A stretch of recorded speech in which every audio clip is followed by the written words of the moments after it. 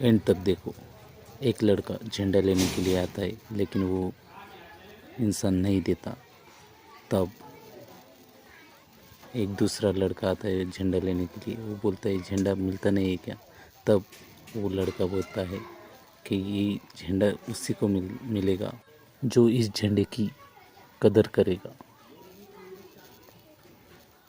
अभी ये जो आदमी बोलता है वो सुनो, पूरा एटीट्यूड। एकदम ठणकावून सांगू की अरे जा जा, आम्ही त्या रायगडाच्या मातीला विचारा किती रक्त सांडलंय आमच्या मावळ्यांनी या भगव्यासाठी. विचारा त्या सह्याद्रीच्या पहाडांना कसा होता तो आमच्या मावळ्यांचा हर हर महादेवचा जयघोष. जाऊन विचारा त्या बहिणींना कसं होतं आमचं स्वराज्य. अरे आम्ही फक्त झेंडे नाही हिरवले तर स्वराज्य, स्वराज्याचा विचार. त्या झेंड्याआधी ते स्वराज्याचे विचार तुमच्या मनात रुजवा, तरच तो झेंडा मिरवण्याचा अधिकार आहे तुम्हाला.